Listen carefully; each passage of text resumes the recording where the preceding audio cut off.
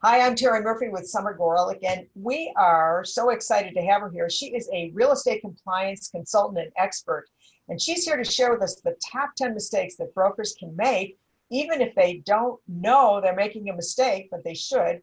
And because the Department of Real Estate has actually provided us with certain guidelines actually to how to run business. And it's gotten a little crazy, especially with what's going on right now. But one of them is prohibited activities. And Summer, would you share with us what that means? What's a prohibited activity?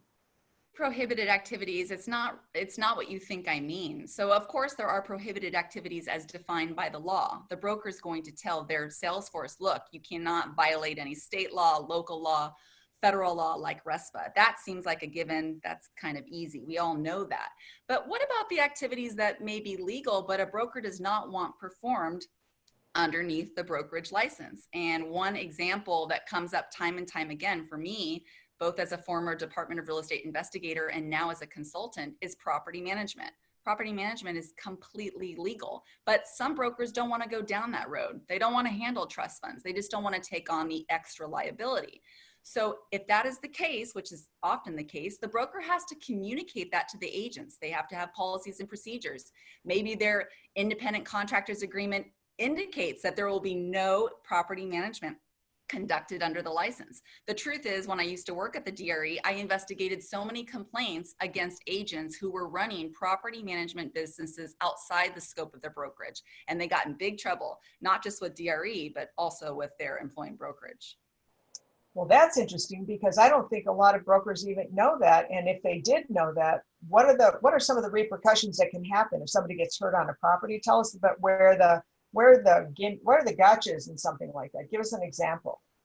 Well, it really has to do with trust funds. So if an agent is running this type of business on the side, they're taking a rent check from a tenant, they're giving it to the owner, they're reconciling their bank account, which I can guarantee is not a trust account and wasn't set up as a trust account.